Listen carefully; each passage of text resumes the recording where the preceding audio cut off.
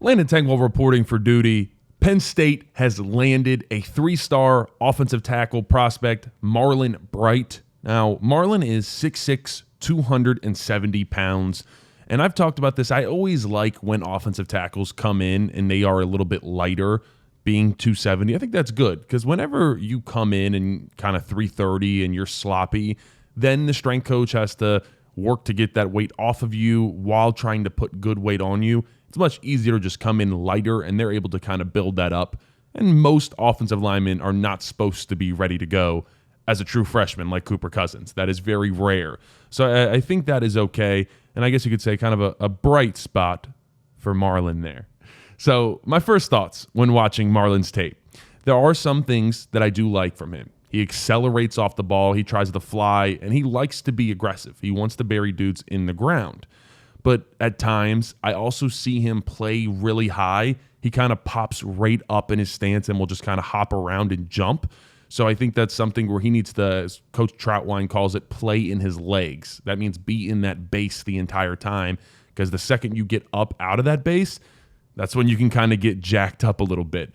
But naturally in high school, when you are playing lower level competition, you can get away with that. So as he transitions to get here at Penn State, obviously still has his senior year, that is going to be something that he needs to work on.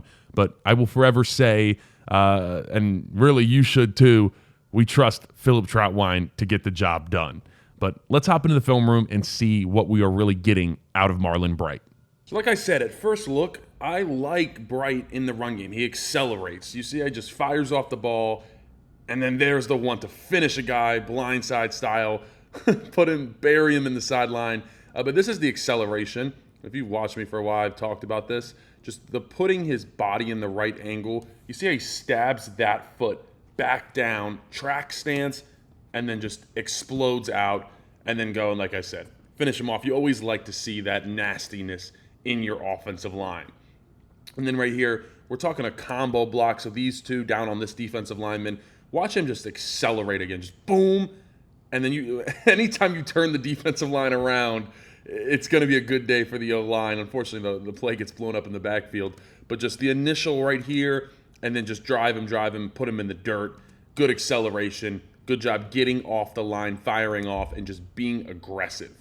Now, I definitely do have some questions when it pertains to Bright and just kind of his technique and how he plays high overall. So first thing you'll see right here in his his pass, you see how he just kind of hops up. You see how quickly he hopped up. And the other thing, this foot right here, check this out. He's rolling over top of it and just kind of falling over. So right there, that's not a great position. He's very high. He's up on his toes, getting bull rush. But, there you are, back stable, because he is just better than everybody else at this level.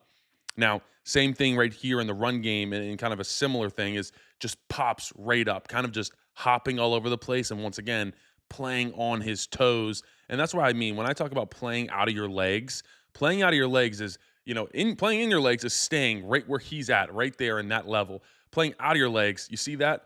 You see how he's higher than everybody? He jumped up, and he doesn't have any power. When he goes to kind of throw that over, there's just not a lot of power in his base. But I know that's something that Philip Troutwine absolutely will work on. And like I said, this guy's young. He's got time to develop. So a prospect that is obviously a little bit rough around the edges, but you can still see the athleticism and the size is there. And Troutwine has developed this offensive line room to a point beyond really what anybody could believe. Even just, if we just go back to 2020, imagine I'm telling you now we are the best offensive line in America. So, not only just developing the whole room, but individual players. I mean, Olu Fashanu was a 3-star guy that expectations really weren't that high for him when he came in. Juice Scruggs into a second-round draft pick. Will Fries was someone that the fan base basically loved to throw trash at half the time. And just that was kind of the people love to hate on Will Fries.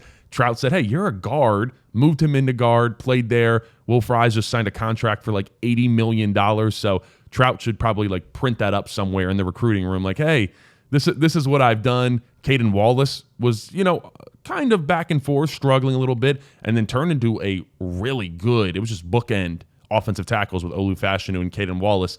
And obviously he's starting with the Patriots now. And then Drew Shelton, someone who kind of flew under the radar. He was like a 3-star, low 4-star type guy, and has now been someone that really has been locked down at left tackle for Penn State for a while, coming into his last year, been very, very solid. So I'm with Trout on this guy. He is going to get him better. I think this was overall a good pickup, one of those pickups that kind of just rounds out the class, but nonetheless, someone clearly Trout saw some talent in him, some things that he likes.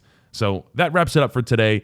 I appreciate you guys tuning in. As always, please leave any questions, comments below. I love talking with you guys, hearing your takes. Let me know what you think about Marlen Bright. So until next time, peace.